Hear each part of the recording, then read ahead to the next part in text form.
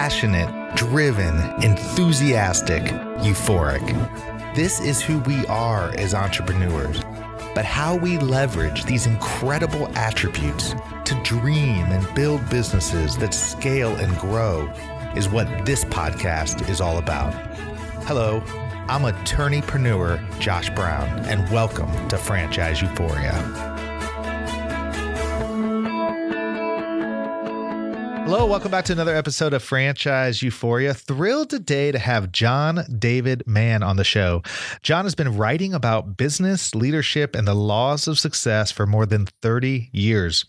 Entrepreneurial from a very young age. As a high school student, he actually led a group of friends in creating their very own high school. After establishing himself as a concert cellist and prize-winning composer, he built a multi-million-dollar sales organization before turning to writing and publishing. In addition to co-authoring the fantastic book, The Go-Giver, with Bob Burg, John has co-authored several other New York Times best-selling books, including Flash Foresight with Daniel Burrus and The Red Circle with Brandon Webb, among others. Hello, John, and welcome to Franchise Euphoria. Hello, Josh. Great to be here. Well, it's no secret that you and Bob co-wrote The Go-Giver, and he credits you with doing all the hard work. That's for sure. How did you guys meet and develop this partnership? We met through the written word. I was an editor for many, many years. I didn't start out planning to be an author or a writer, but all through, you mentioned a few other careers that I've been involved in. All through those years, I always seemed to kind of get the job. I was the guy who would get the job of editing stuff. People were writing newsletters or journal articles or doing interviews with other journals, whatever. They would have great things to say, but not necessarily say them all that well. It would get kicked to my desk for some reason. So I did a lot of editing for many years. And so over a decade ago, Bob noticed that a few pieces he'd submitted to a business journal that he wrote for came back edited in a way that he really liked. I was the editor. So he got in touch with me and said, "Hey, I like your stuff." So that was our first relationship. It was him as an article author and me as editor. I collaborated with him on a few of his pieces, serving as his editor. And then at one point, we had never physically met. In fact, Bob and I never met face-to-face until the day we sat down in a recording studio in New York City to do the audio version of The Go-Giver. You got to be kidding me. Actually, I am kidding. That isn't true. It's almost true. We met once before that, but that was it. So he approached me and said, I had this idea for a book. I have the title. I have the premise. I kind of have ideas for the start of it. But I'd like you to write it with me, not edit it, but collaborate, but actually write it with me. So we did. That was the beginning of our collaboration. And it's been one of the most, I got to say, delightful collaborations of my life working with Bob. So who came up with the characters? I mean, was that something you thought up, or did Bob have a sketch of those? I'm just really curious about that. Bob had a starting sketch. Bob had the character we now call Pindar. He didn't have a name then. Bob had this guy. He had Joe. He had Gus. He had a few people. And he had some of the sketches for some of the first few scenes, if you will, in the book.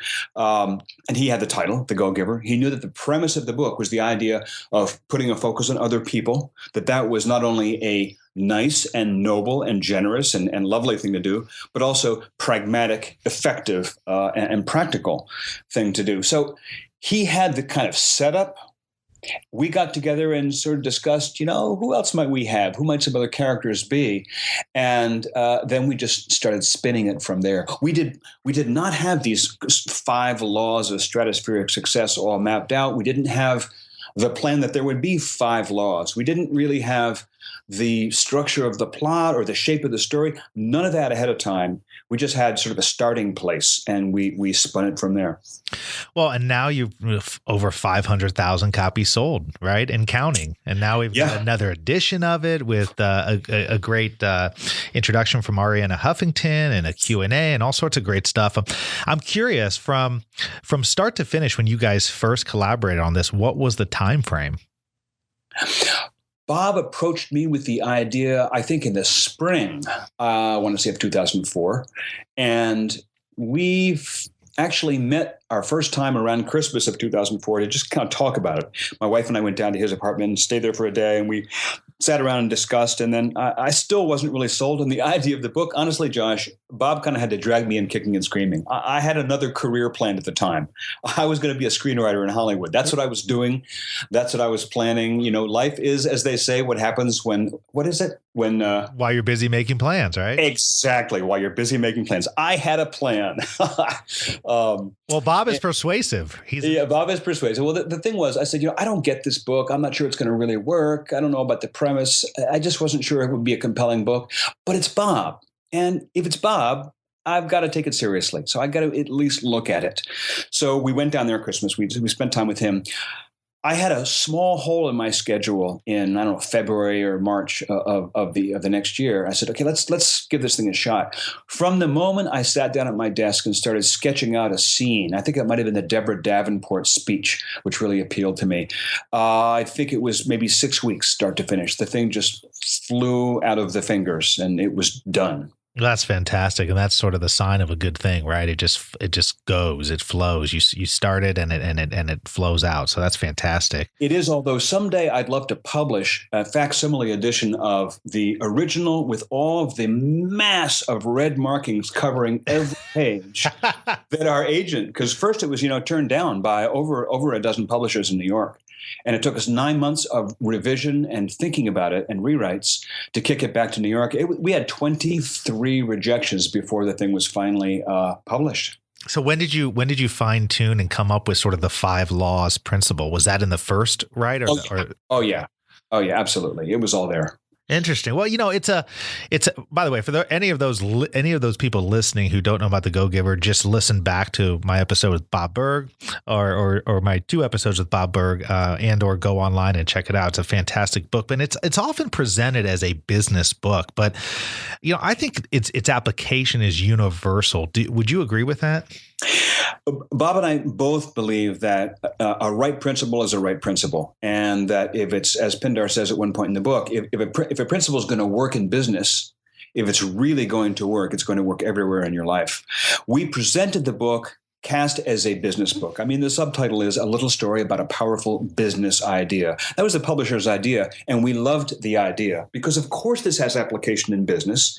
We know that people have practical needs. We know that it needs to make economic sense. So we definitely intended the book for a business audience, particularly entrepreneurs, but not only.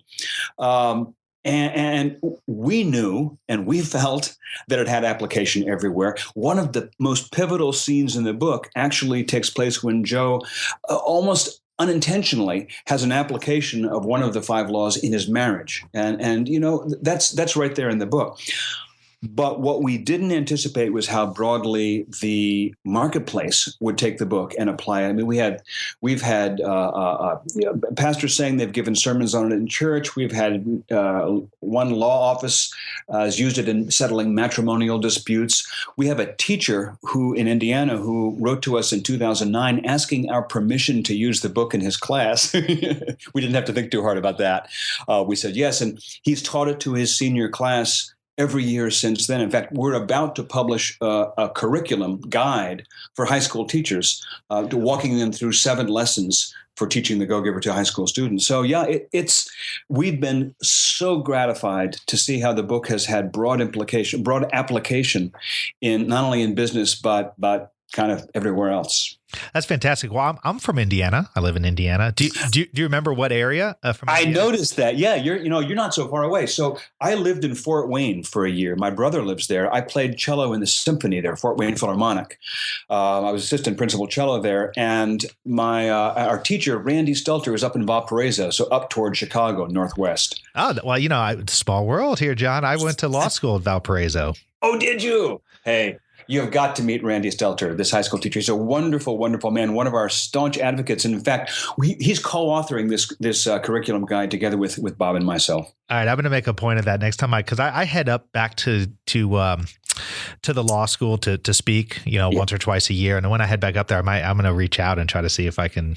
Oh, fantastic. That would be great. Well, so you'd mentioned you were a concert cellist. Do you come from a family background in music?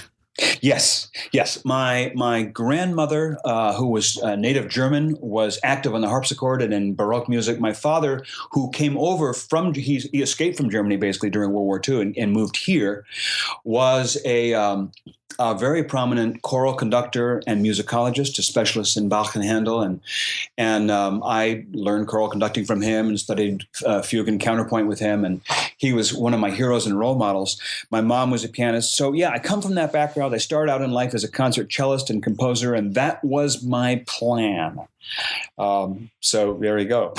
But what I love about your background is that it's so varied, and I think for many of us we have varied backgrounds. It's not like we've done one thing forever, Yes. and so you've gone from being a professional musician to building up a sales organization, so business owner, to writing and publishing, and sort of a combination of all that. I'm curious. It sounds like your first love was music. How has your music influenced your writing and your businesses? That's a really interesting idea. I have to think more about the businesses, but in terms of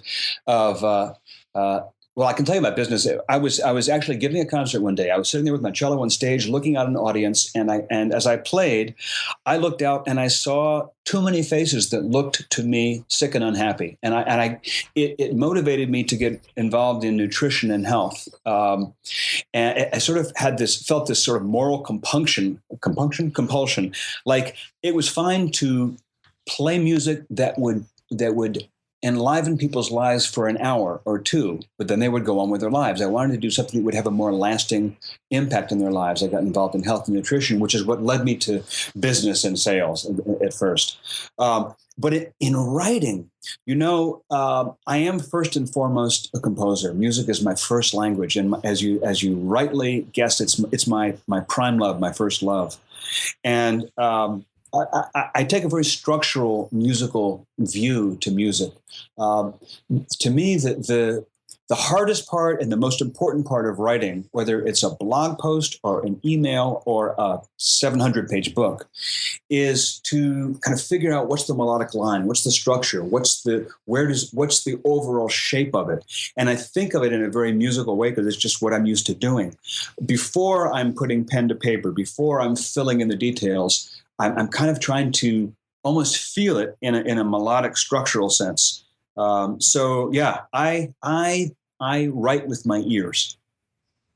That's all. I love that quote. Love that. I mean, it's just fascinating to me because as I was preparing for this interview and just thinking about, speaking to you and some of the questions I would ask, it's very exciting to me because, we live very much in a content-driven world these days. And I think writing is arguably one of the most important things you can do for your business. I think writing and creating other content is just so important. So, there's a lot of franchise owners out there. There's a lot of entrepreneurs out there who are trying to get better at that, or perhaps bring somebody in to help write? I mean, how do you, because it seems like it's something that probably comes more natural to you than others, but how do you as a writer, or how do you take sort of a business, and if you're looking to prepare content around that, how do you go about developing your own voice for that content? Oh, you mean not me, but how does one do that? How does one do that? Yeah. Developing your own voice. Wow. That's, I think that it's, the first thing I'd say is that in order to write, the number one requirement is that you read and read with passion. I don't mean read for content. For example, if I'm writing about leadership, Bob and I are about to publish a book, the Go-Giver Leader, in the spring. So it's a book about leadership. If I want to prepare for that, I could go read all the best books out there about leadership. That is not how I prepare to write a book. I go out and I read Neil Gaiman's wonderful book about the terrifying perils of childhood, The Ocean at the End of the Lane. It has nothing to do with leadership, but I love it. I read for what I love. I read for passion, and I read a lot. Most of what I read is fiction. I read some nonfiction.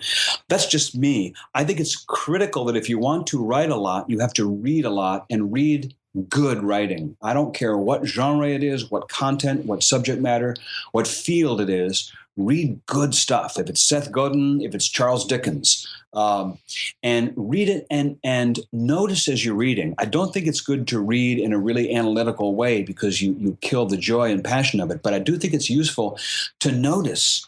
Like after you put the book down and you're having dinner or you're going to sleep or you're taking a walk or you're going to the store, to think back over it and notice, what did you love? What really sung to you? What really spoke to you? What stays with you? What makes you want to go back and highlight? And again, not necessarily the idea, not necessarily the content, but the passion of it, the joy of it, the rhythm of it, the shock of it, the impact that it has on you while you're reading. I think that's the number one thing. Then the number two thing is to write something that you're passionate about. And I think blog posts and emails are, two of the greatest writing forms we have right now in terms of developing your craft. The beauty of blog posts is you can write a post, you can go back and you can edit it, you can change it, even while it's live. And you can craft something really beautiful out of a 400-word blog post. And by beautiful, I don't mean necessarily that the language is exquisite and poetic and flowery. In fact, it better not be. That's usually just forced garbage. But what I mean by beautiful, it has a form, it has a shape. It starts out with an idea and then in a way you never expected, almost comes back to it at the end. Or it starts out with an idea and then takes a surprising left turn that makes you almost laugh because it's such an unexpected little quiver. It doesn't matter how long or how short it is. Writing should have the passion to evoke and move and create an impact. And I think that it starts with, I think I better put an end to my paragraph. That gives you a sense of where I'm going. No, it's fantastic. I mean, it's a hard thing to do. At the end of the day, it's about, what's so powerful about the Go Giver and about the stories that are told in there is that they somehow connect with people, right? And so there's that way in which they connect, which you can't quite put your finger on, but there's something that when you read the Go Giver, or you read any good book that connects through a story where you as an individual, as a person, connect with that story. And so, you are very, very, very good at that. And it's something that's just a tremendous talent, I think. And I think that's fantastic. I think a lot of people strive for that. And I think it's so important, frankly, in business these days to have somebody who's a part of the organization who can help tell that story from the perspective of relating to their target audiences, because that's going to drive the relationship. Yes, I so agree. It's funny. I remember a time when people were saying, I was hearing people say, "Oh, all this email," and this is before texting was a thing. All this email, people are losing the art of writing. And I thought, man, it's just the opposite. People are getting back the art of writing just because it isn't with a quill or a carbon pencil on a piece of paper. It's writing. And I think that one of the greatest forums for perfecting your craft, or at least honing your craft of writing, which I agree with you, Josh, it's so critical in this day, is emails. I will write an email and I press save, not send. It could be, a quarter of a screen. I mean, it could be short, but I'll write it and I'll go back and look at it 20 minutes later and I'll tweak it. I'll change it. I have a goal. When I correspond with my editors or my agent or anybody in my writing business, my goal is to make them laugh. And you got to be careful with that, because if you just try to be funny, you can actually get pretty annoying pretty quickly. Yeah. But I had the goal to kind of delight, surprise, or shock them in a nice way that has them leaving that email and laughing and having that kind of make their day. I do that constantly because that's what writing should do. It should change a person's day. It should make an impact. And sometimes, I have a friend that I haven't seen since my wedding 8 years ago. He was one of my best men, but we correspond on email, and his emails never fail to just tickle the heck out of me. And I love the care he puts into them, even if it's only a few minutes. It's never dull. It's never boring. Well, it's fantastic. I mean, it's one of those other elements that from a from a personal, from a business perspective. I mean, it sort of adds to what you're doing. I guess in one sense, it would add to the culture of what your business really means. And I know that the Go Giver, as much as anything, is about culture and the culture that we create in our businesses and our personal lives. Yes. How would you define a Go Giver culture? Yeah. So culture, we these days we do talk a lot about business culture, and I think that's a good thing. I really think that, anytime you have an organization of people of any size, it starts to develop its own culture. And, most typically with a business, my experience is, probably yours too, that culture tends to reflect the sort of the character or the personality behavior of the owner, director, manager, whoever is the influential person. But a go-giver culture, I think one thing that exemplifies a go-giver culture is that there is an ethic in the organization of going beyond all reasonable expectation in the little things, not just the big things. It's something that Ernesto talks a little bit about in his little diatribe on restaurants in the book. But the idea of giving that Bob and I develop in the book is not giving like giving money. It's not giving like charity. It's a broader definition. It's giving as in finding ways to enliven, to raise the level of, to positively impact, to add value to other people's lives in any way you can. And this can, as again, often be in little ways. Sometimes the little things really are the big things. So a go-giver business is a business that looks for ways to blow the customer's mind, to delight the customer, to make the customer please beyond their expectation. And if you're constantly looking for ways that you can go above and beyond expectation, they may not cost anything. They may not be expensive. They may not be labor intensive, but they are care intensive. That to me is really a go-giver culture. And it's not about being a nice person. It's not about being a good person. It's not about being a saint. It's about having the habit of looking for ways to delight the other person. I think this is what makes a marriage work. That's fantastic. I mean, it's interesting because Bob kind of touched upon similar things in a different way, but it seems like both of you together, it's really all about the small little things that show the effort, that show an intentionality, that show a care, as you say, to really make the other person feel like they're special. I mean, that's yeah. But and it's so missing in today's culture. I mean, I think all of us are so busy doing things that and now even more than ever, it sticks out when somebody does something where you go, geez, they actually took the time to write something to me as opposed to just send a quick text, or they actually took the time to do something, which in reality maybe took an extra 2 to 3 minutes, but that extra 2 to 3 minutes really shows the effort. And that's the important thing. Yes. Well, so tell me as we wrap up here, it's fascinating talking to you, and there's so many questions I have, but I've got to ask you, tell me about starting a high school. Yeah, starting high school. So I'm 17 years old. I had a number of friends, maybe a dozen of us or something like that, who had all at one point we went to a little private school that was not you think of private school, you think of prep school, right? Sort of upper echelon, expensive. This was more the opposite. It was kind of an artsy, quirky little school where we did a lot of music and put on plays. And all of us had some experience with that. And I guess it kind of infected us with a quality education bug somewhere. We were all going to our various local public high schools, easily a dozen different towns. And they weren't awful. They weren't terrible. It wasn't like they were violent like a lot of schools are today. It wasn't that they were just terrible experiences, but they weren't great. We were bored. We weren't learning much. And we all were sitting around one weekend and talked about how, man, I really want to learn this and I want to study that. I wanted to study Buckminster Fuller, and I was studying something that was boring the heck out of me.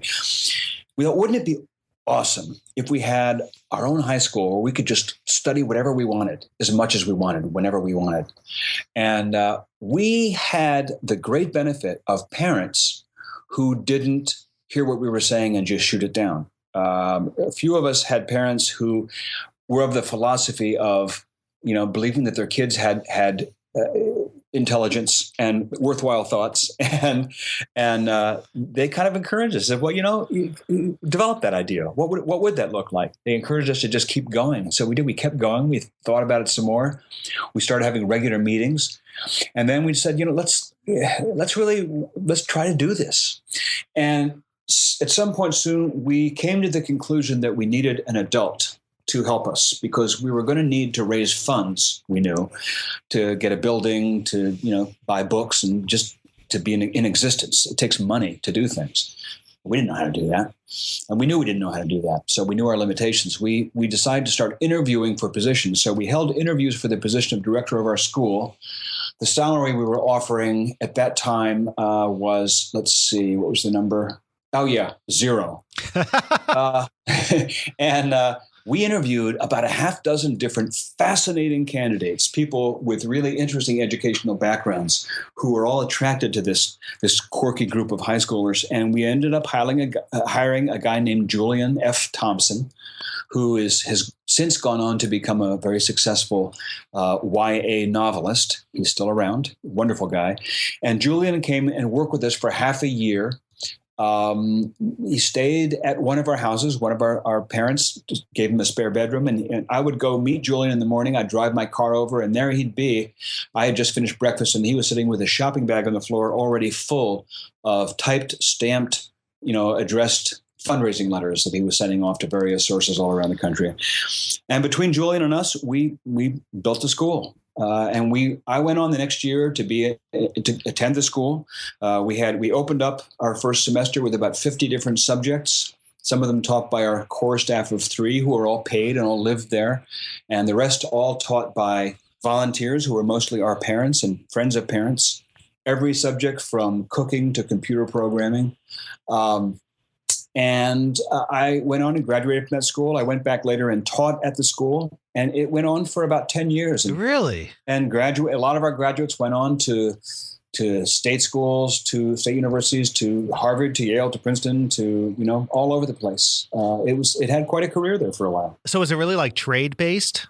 Like you could go and identify a trade, like you said, cooking or something else? Or it wasn't trade based, really. The premise of the school was, at that time, this was the early 70s, and there had been for over a decade this free school movement, alternative school movement, and it kind of had a reputation as being the school, the whole thing of like free schools where kids just want to go and drop out and do nothing. We were the opposite. We didn't want to do nothing. We wanted to do everything.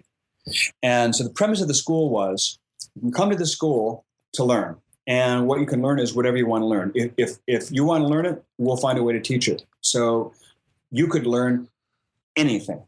And that's why I say the first semester we had, I think, 45 kids and we had 50 courses because there was so much that people wanted to learn, from macrame to ancient Greek to you name it. Wow, that's fantastic. Well, I got to tell you, John, I love your background. I love your passion. Your energy just kind of leaps through the microphone here.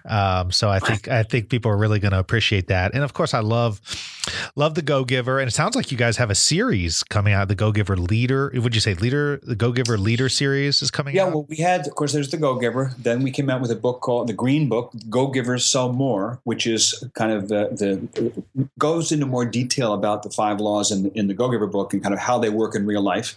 Go Givers Sell More. It's about sales, but it's also, again, about life in general. You don't have to be in sales to read it. And then we have a book coming called The Go Giver Leader, which is actually a rewrite of a book we published earlier that is called It's Not About You. We're re-releasing that in March as The Go Giver Leader. We've done a little bit of work on that book and kind of recast it because the way it first came out, people didn't really realize that it was part of the Go Giver idea, which it really is. So that'll be the 3rd. And will there be more? I don't know. Stay tuned. Of course there will be more. Well, thanks again, John. I really appreciate your time. Tell everybody where we can find some more information about you and then go get the new edition of the Go Giver. Okay, so me, JohnDavidMann.com. That's MANN, JohnDavidMann.com. That's where I all the books that I've done, every book that I'm working on, if it's coming out, it'll be on that site first. I blog, and that's kind of where I keep people. I have a newsletter you can sign up for. I only send it out a couple times a year. It's really to keep people up to date on whatever I'm writing. So that's me. I don't do a lot on Facebook, Twitter, a little bit, but mostly it's my website and my blog. There is also a Go-Giver site, which is simply thegogiver.com. And that's something that, by the way, we're developing more right now. There's going to be a very active podcast that Bob and his business partner Kathy are working on.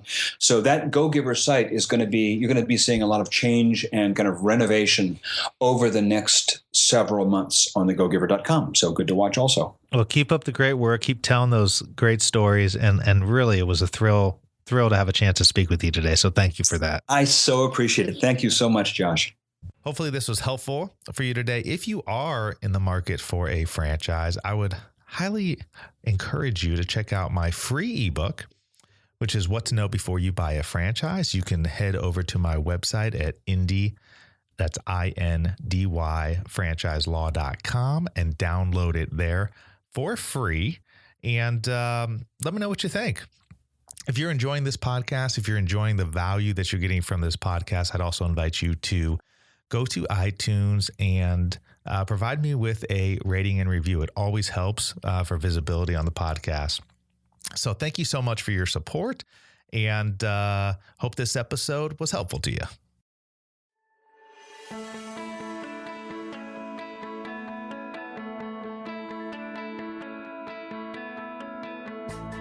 Thanks for being with us today on the Franchise Euphoria podcast.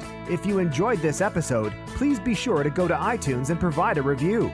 Also, please remember that although Josh Brown is a licensed and practicing attorney, nothing contained in this podcast should be construed as legal advice, because it is not.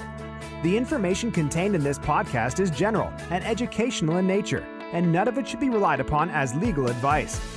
That being said, if you have questions for Josh and would like to contact him, please email him at josh@franchiseeuphoria.com.